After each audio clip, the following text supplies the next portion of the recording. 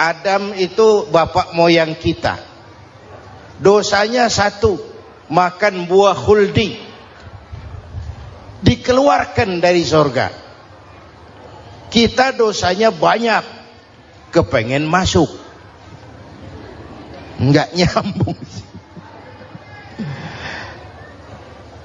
Hai Adam, dari tidak ada kamu saya adakan. Saya perintahkan tinggal di surga. Merasa sepi sendirian, saya ciptakan Siti Hawa supaya kamu tenang. Kamu boleh nikmati semuanya. Ini boleh, itu boleh, ini boleh, itu boleh. Makan, makanlah yang kau mau. Minum, minumlah yang kau suka. Pakai, pakailah yang kau senang. Satu yang saya minta, jangan dekati pohon khuldi. Itu kau tidak sanggup, keluar. Diusir dari surga. Sujud Nabi Adam. Kata riwayat 40 tahun sujud. Membaca Rabbana zalamna anfusana wa illam taghfir lana wa tarhamna lanakunanna minal. Itu namanya istighfarnya Nabi Adam. Istighfar itu kan mengucapkan astagfirullah, basmalah, membaca bismillah. Jangan kayak teman saya disuruh banyak-banyak baca istighfar, benar-benar dia baca istighfar, istighfar, istighfar. Bukan itu maksudnya. Nah, maka salah satu amalan yang sangat dianjurkan di bulan Muharram ini memperbanyak istighfar. Tidak ada orangnya yang tidak. Ayo jujur, ini yang kumpul di sini ini semua, ada nggak yang nggak punya dosa? Yang merasa nggak punya dosa, ayo ke depan. Ada? Tidak ada. Setiap kita, entah kecil entah besar, sengaja terlupa, pasti mempunyai yang namanya khilaf dan salah. Dan Allah Tuhan kita bukan Tuhan pendendam. Allah Tuhan kita Tuhan yang ramah dan rahmah. Manusia, dosamu banyak, tapi ampunanku lebih banyak. Salahmu besar, rahmatku jauh lebih besar. Kau sujud di hadapanku, aku bangga melihatnya. Kau menangis di hadapanku, aku senyum melihatmu. Kau berjalan menujuku, aku berlari menyambutmu. Karena itu amalan yang sangat dianjurkan di bulan Muharram ini memperbanyak istighfar. Itu kalau istighfarnya Nabi Adam. Ada istighfarnya Nabi Yunus. Ibu kenal Nabi Yunus? Di mana kenalannya? So tahu. Nabi Yunus itu ketika berdakwah kepada kaumnya yang bandel, memberikan peringatan, kalau kalian tidak mau beriman akan turun azab. Kapan Yunus? Akan. Kenapa mesti akan? Sekarang aja kalau mau, saya tungguin. Kurang ajar betul ini umat. Akhirnya Nabi Nuh menghindar dengan perhitungan, kalau azab tidak turun saya sudah jauh. Meragukan janji Tuhan. Lalu naik kapal, dinaiki oleh Yunus, kapal mogok. Dicari siapa biang keroknya ini. Diundi, ternyata Yunus. Sampai 3 kali diundi. Dibuanglah Yunus ke dasar laut. Ditelan oleh ikan nun atas perintah Allah. Telan itu Yunus. Jangan pakai dikunyah, rusak urusan. Telan saja, simpan di perutmu. Dibawa oleh ikan nun ke dasar lautan. Itu yang oleh Quran dikatakan bertemulah 3 macam kegelapan. Zulumatun salas. Gelapnya tengah malam, gelapnya di dasar laut, gelapnya di dalam perut ikan. Itu namanya peteng. Mbahnya gelap. Di perut ikan itulah Nabi Nuh sadar akan kesalahannya, meragukan janji Allah, meragukan janji Allah. Ia sujud di dalam perut ikan itu, membaca la ilaha illa anta subhanaka inni kuntu. Itu istighfarnya Nabi Yunus. Dibacakan istighfar begitu, ikan sakit perut pak. Di dasar laut kemana mau cari apotik? Dia naik ke permukaan, memuntahkan isi perutnya. Nabi Yunus keluar dengan selamat. Itu pun terjadi pada hari ke-10 bulan Muharram. Istighfar intinya itu. Itu amalan utama bulan Muharram, memperbanyak istighfar. Allah selamatkan Nabi Nuh dari bahtera banjir yang luar biasa, 10 Muharram. Allah selamatkan Nabi Ibrahim dari pembakaran Raja Namrus, 10 Muharram. Setelah Nabi Ibrahim itu menghancurkan berhala-berhala, Abrahat pulang mau ibadah, lihat Tuhannya berantakan, marah besar. Siapa yang menghancurkan Tuhan-Tuhan kita ini? Ada yang lapor, kami lihat Ibrahim. Tangkap. Belum ada bukti. Tangkap dulu yang penting. Bukti belakangan. Tangkap. Wah, dikerahkanlah aparat. Tangkap Nabi Ibrahim. Disidang langsung oleh Abrahat. Oleh Namrus maksud saya. Ibrahim, kau yang menghancurkan berhala-berhala kami ini, Tuhan-Tuhan kami. Siapa bilang? Ada yang lapor. Saya dengar enggak semua berhala itu hancur. Ada yang paling besar, angkat tangan, saya lihat ada kampak di tangannya. Barangkali yang besar itu iseng tuh, yang kecil-kecil dikampakin. Tanya aja sama dia, kamu gila? Kenapa? Masa kami disuruh nanya berhala? Nggak bisa jawab. Nggak bisa jawab. Lah kenapa disembah? Lebih gila mana sih? Tahu nggak bisa jawab kenapa disembah? Kurang ajar kamu Ibrahim. Bakar, dibakar. Ketika Ibrahim dilempar ke kobaran api yang menggunung, Allah perintah api, ya naru kuni bardan wa salaman ala Ibrahim. Hai api, dinginlah sampean. Api Madura waktu itu, Pak. Hai api, dinginlah sampean, selamatkan Ibrahim. Api tunduk kepada perintah Allah. Ibrahim masuk ke kobaran api, selembar rambut pun tidak terbakar. Kenapa? Apinya tunduk kepada perintah Allah. Kenapa? Karena Ibrahim orang yang takut kepada Allah. Api tunduk kepada perintah Allah. Kalau kita baca ayat itu, masuk ke api, mateng. Sudah hadirin yang saya muliakan, oleh karena itu selamatnya Ibrahim dari pembakaran Raja Namrud itu pun pada 10 Muharram, Yaumul Asyura, hari ke-10 dari bulan Muharram. Imedia. Bapak Ibu hadirin hadirat yang saya cintai, sebagian kecil tentang Nabi Adam, Nabi Ibrahim dan Nabi Yunus, tapi saya belum menceritakan tentang Nabi Nuh tadi. Mengulang kaji. Nabi Nuh salah seorang rasul yang masuk ulul azmi, 5 besar. Karena memang perjuangannya menggambarkan satu usaha yang ulet dan luar biasa. Beliau diberi umur 950 tahun. Lalu berdakwah selama 900 tahun. Sore, pagi, siang, malam, dapat pengikut tidak lebih 80 orang. Rata-rata 10 tahun satu. Kalau saya minta berhenti aja jadi nabi, Pak. Ustadz mana masih mau buka pesantren? 10 tahun buka pesantren, yang nyantri cuma 1. Pedagang mana yang masih mau dagang? 10 tahun dagang, yang beli 1. Pimpinan partai mana yang masih mau kampanye? 10 tahun buka partai, yang nyoblos 1. Bangkrut. Umatnya bandel, kurang ajar, durjana, bajingan, tengik. Umatnya Nabi Nuh ini kalau diceramahi, telinganya ditutup dengan tangannya. Nabi Nuh akhirnya rekes, Tuhan, siang malam saya berdakwah kepada umat ini. Tiap kali saya sampaikan dakwahmu, mereka tutup telinganya dengan tangannya. Alergi dengar ceramah. Apa itu ceramah?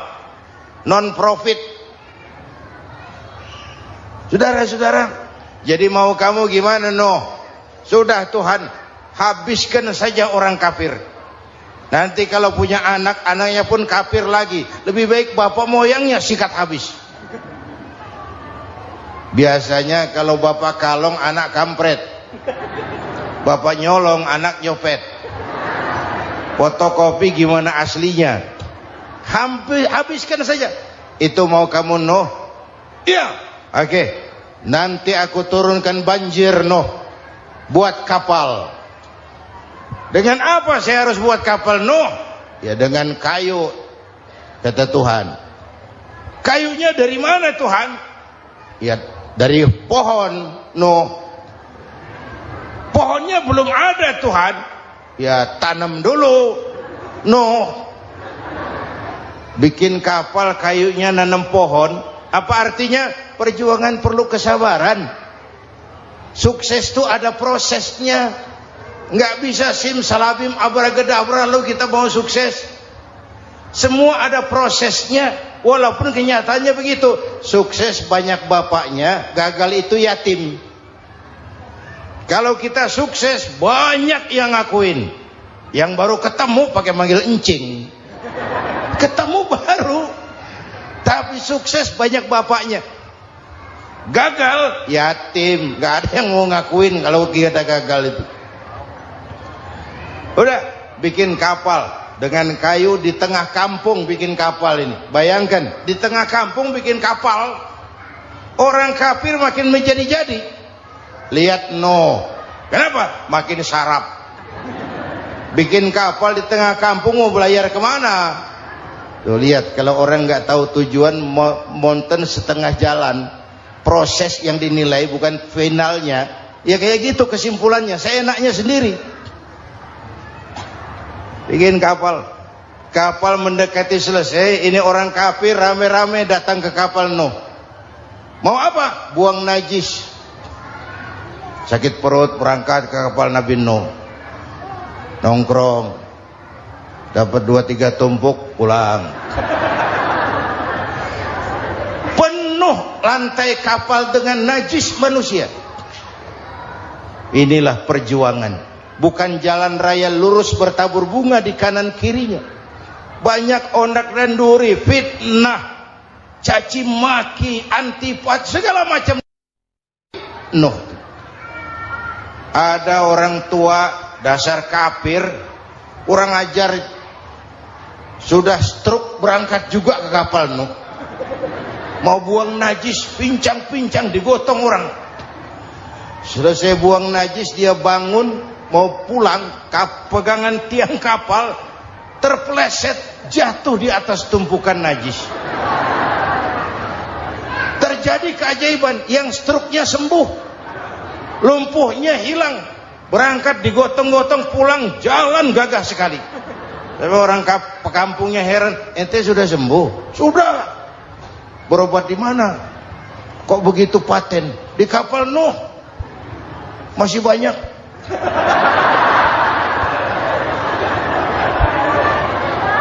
Yang berasa perlu obat bawa rantang. Ambil bersih lagi geladak kapal itu. Sudah selesai Nuh? Selesai. Oke, kau orang yang beriman bersamamu, binatang serba sepasang, naik Nabi Nuh, naik orang beriman, naik binatang serba sepasang. Ini cikal bakal penyelamatan manusia, Pak. Naiklah orang beriman, sudah naik semua, Nabi Nuh kontrol. Ini contoh buat kita, kontrol. Sudah naik semua teman-teman, sudah. Pemimpin yang baik bukan cuma terima laporan di belakang meja. Laporan itu yang mana juga bagus. Sama juga kampanye, kampanye yang mana juga merdu. Kalau aja yang dihitung. Pernah ada calon bupati kampanye janji, kalau saya berhasil kita akan banyak bangun jembatan di daerah kita.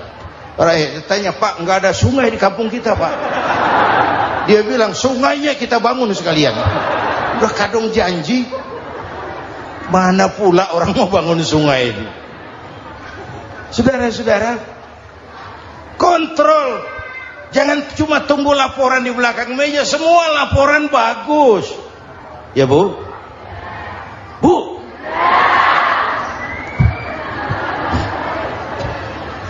Nabi Nuh kontrol. Sudah naik semua? Sudah Nuh.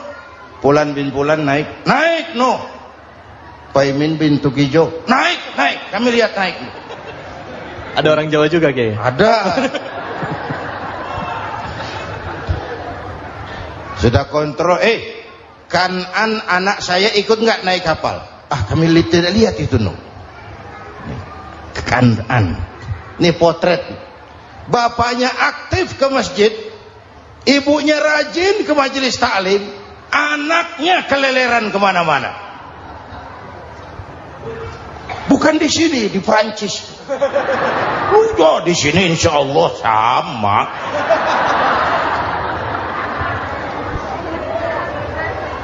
Nuh karena sayang anak, Nuh karena cinta anak, Nuh karena tanggung jawab anak, cari naik ke atas kapal. Lihat Kan'an, anak saya, nggak lihat Nuh. Turun ke ruang bawah, periksa lagi. Mang, ayah Kan'an di dia. Jamaah Tasik ini rupanya di dalam. Tuh ayah mang. Ayah ke mana ya budak ini? Turun ke bawah, tanya lagi. Ono Kan'an to? Ora nano raketo. Rombongan Jawa Tengah. Naik ke atas buritan. Dari buritan kelihatan ternyata Kan'an tidak ikut naik kapal, kumpul di darat bersama orang kafir. Ini potret kita sekarang. Kumpul sama orang kafir, hanyut anak-anak kita, ditelan budayanya orang kafir, ditelan tradisinya orang kafir, ditelan pergaulannya orang kafir. Nuh karena sayang anak dari atas manggil. Dalam Quran dijelaskan itu. Karena Nabi Nuh di atas, Kan'an di bawah, teriak. Ya bunayyar kam ma'ana. Begitu dalam Quran ayatnya. Cuma ini pakai gaya memanggil supaya kelihatan ke gambar, kira-kira Nuh manggilnya begitu. Ini namanya gaya dakwah, Pak. Kalau ceritanya datar nggak menarik. Maka Nuh memanggil Kan'an, ya bunayyar kam ma'ana. Kata yang dengar, ini gaya orang manggil, ya bunayyar kam ma'ana. Kan'an kesini nak, naik kapal sama papi. Kata Kan'an di bawah itu, enggak mau papi, John di sini saja. Kata Nuh, jangan nak, Allah sedang murka, akan turun banjir. Kalau datang banjir papi, sa'awi ila jabalin ya'simuni minal ma', saya akan naik ke gunung tinggi yang bisa menyelamatkan saya dari banjir. Kan'an naik ke gunung, gunung dihantam banjir, Kan'an mati sampai sekarang. Yang kelima, Nabi Musa, kisah Muharramnya ini.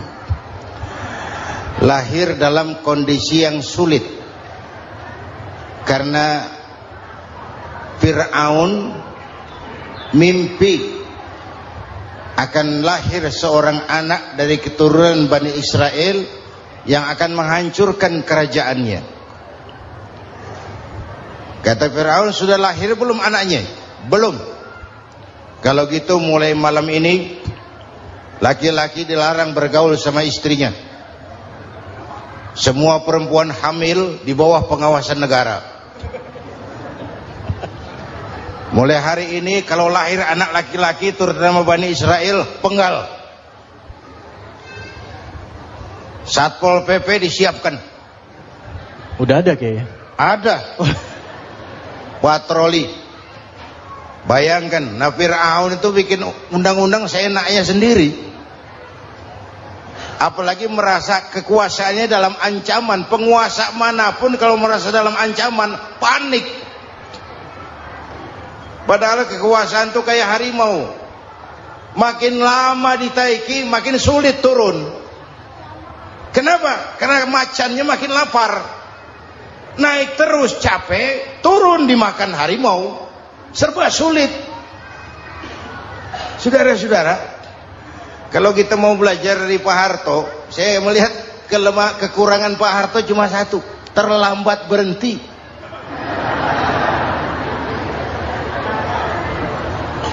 terlambat berhenti. Di sekelilinginya banyak tukang-tukang jilat, tukang-tukang semir. Pak, kalau tidak ada bapak kami bagaimana, Pak?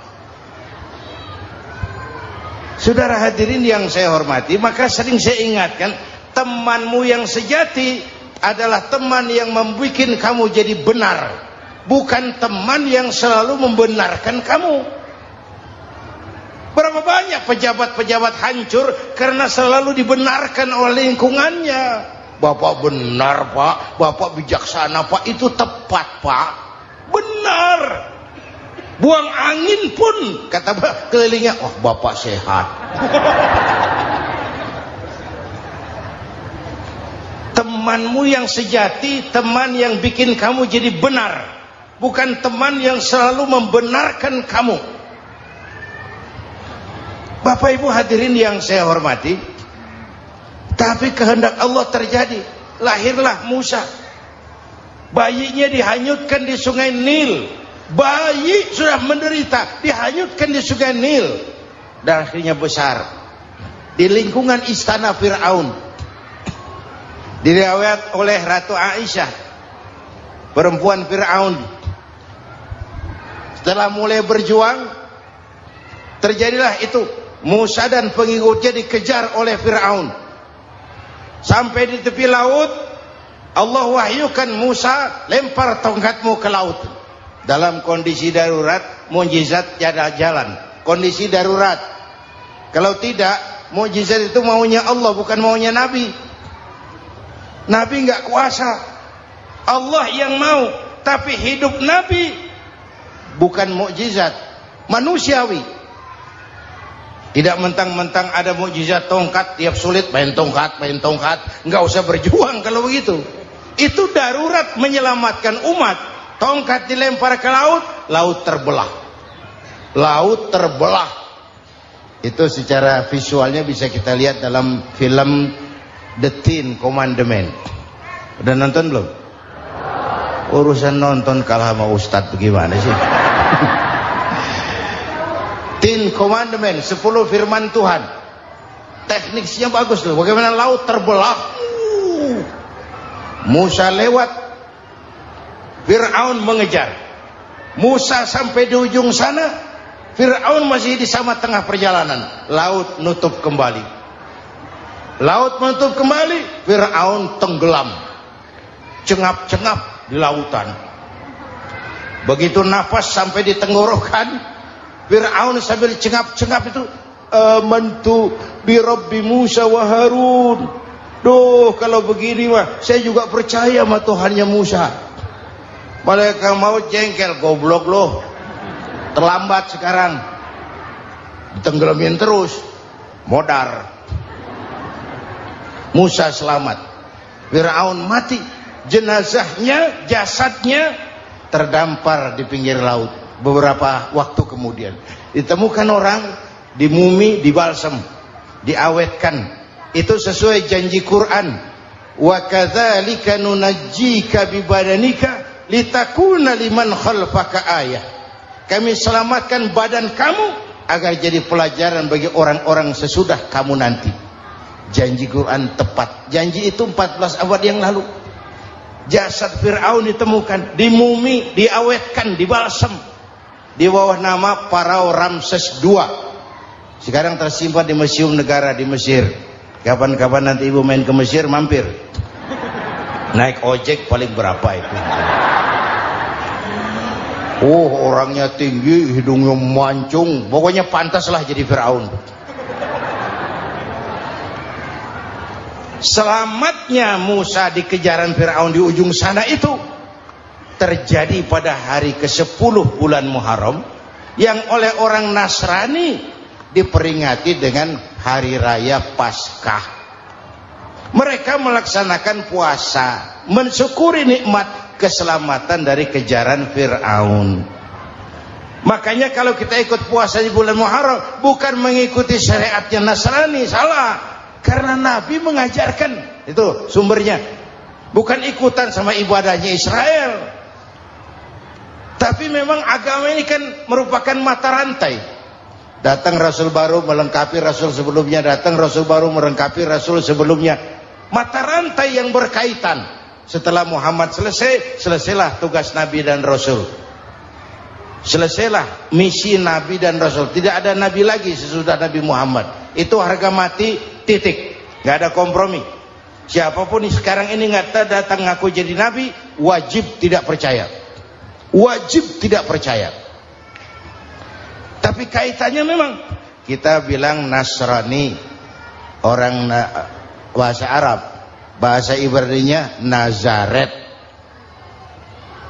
Nasiroh, Nazaret. Itu beda dialek.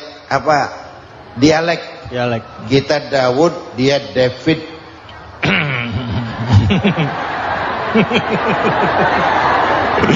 Ibrani. Kita Ali, dia Alek. Kita Sulaiman, dia Solomon. Kita Camat, dia Comot. ini yang ngomong ini comot sembarang. Imedia. Bapak dan Ibu jamaah yang saya cintai, pertanyaan pertama, hijrah qalbiyah.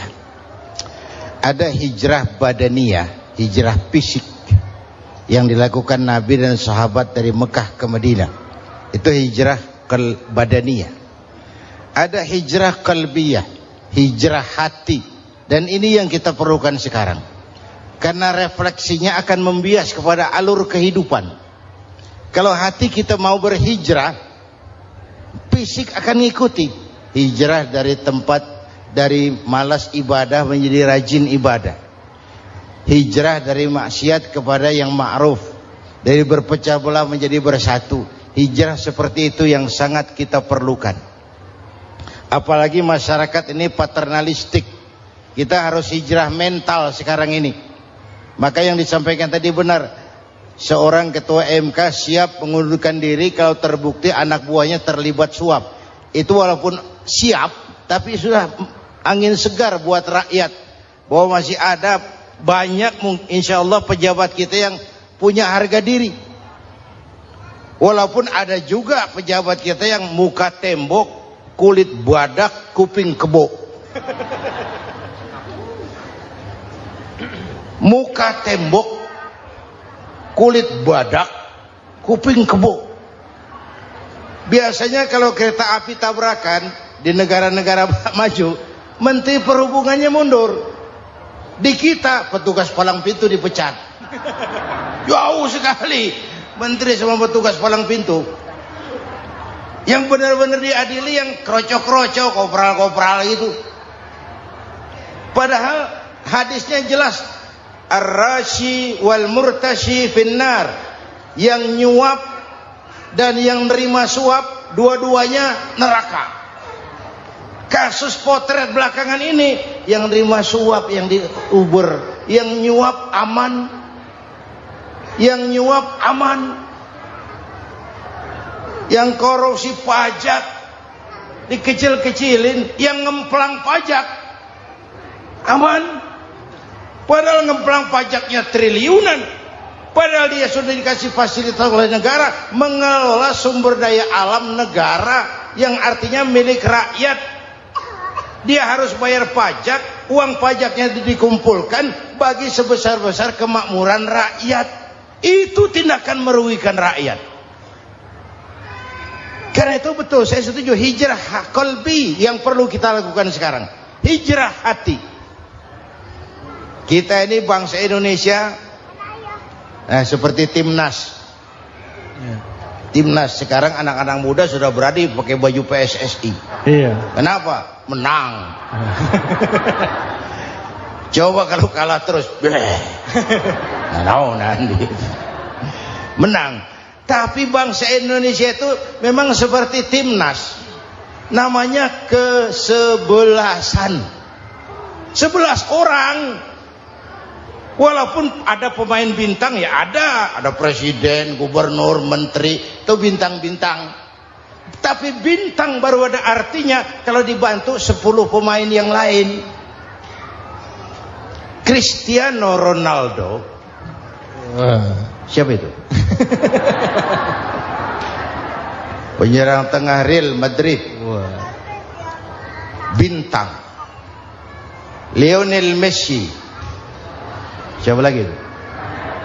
Barcelona. Bercelana.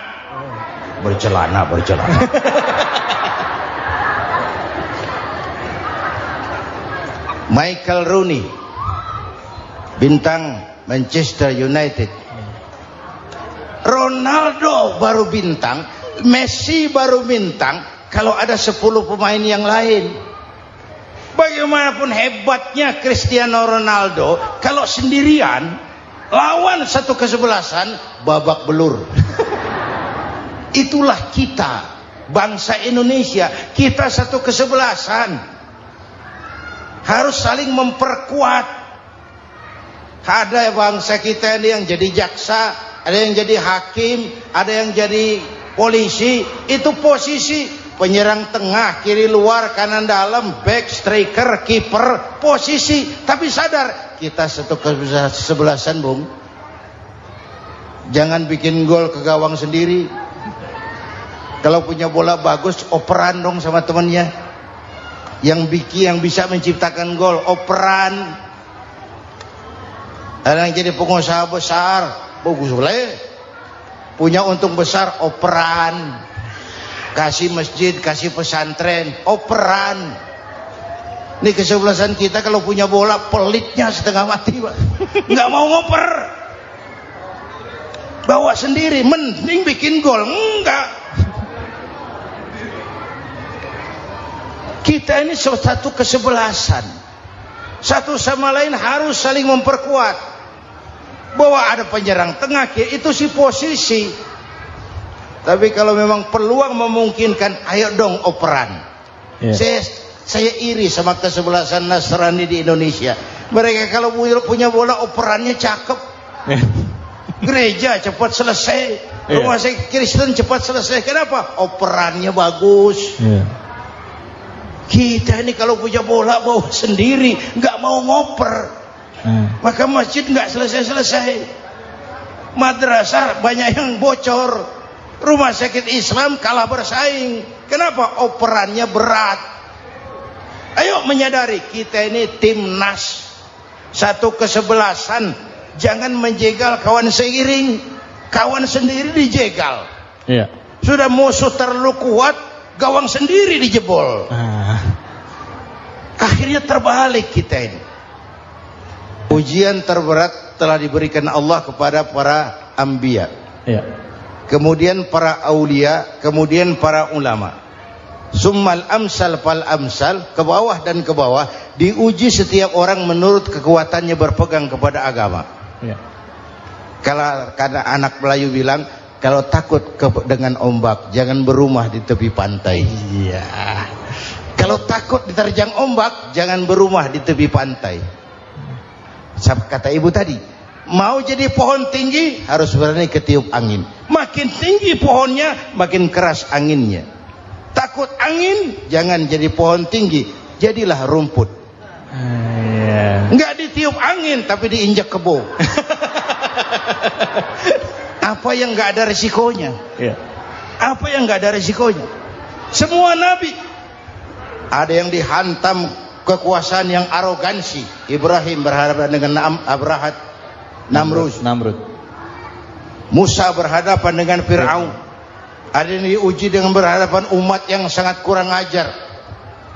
Ada yang diuji dengan gosip yang dahsyat. Nabi Yusuf digosipi sama Zulaikha itu. Nabi Yusuf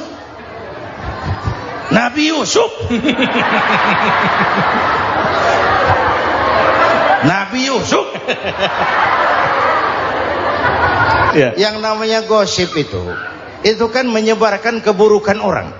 Kalau benar saja hukumnya ghibah. Kalau salah hukumnya fitnah. Fitnah lebih bahaya dari pembunuhan. Benarnya ghibah, salahnya fitnah. Saudara hadirin yang saya hormati, jadi resiko itu biasa. Tidak ada yang tanpa resiko. Kalau takut ombak, jangan berumah di tepi pantai. Tinggal bagaimana kita menyikapinya. Kalau kita dewasa, ini bagian ibadah saya kurang. Mungkin karena dia omongin orang, tambah pahala saya. Mungkin karena dia omongin orang, tambah pahala saya. Maka saya ngadapi gosip sepatah pun saya nggak ngomong. Saya cicing wae cicing. Saya percaya masyarakat tuh punya filter. Amin. Saya percaya Tuhan tuh nggak tidur. Kemudian melahirkan kita ke alam dunia ini, secara biologis bahan kita sama, dan tidak itu yang menentukan ketinggian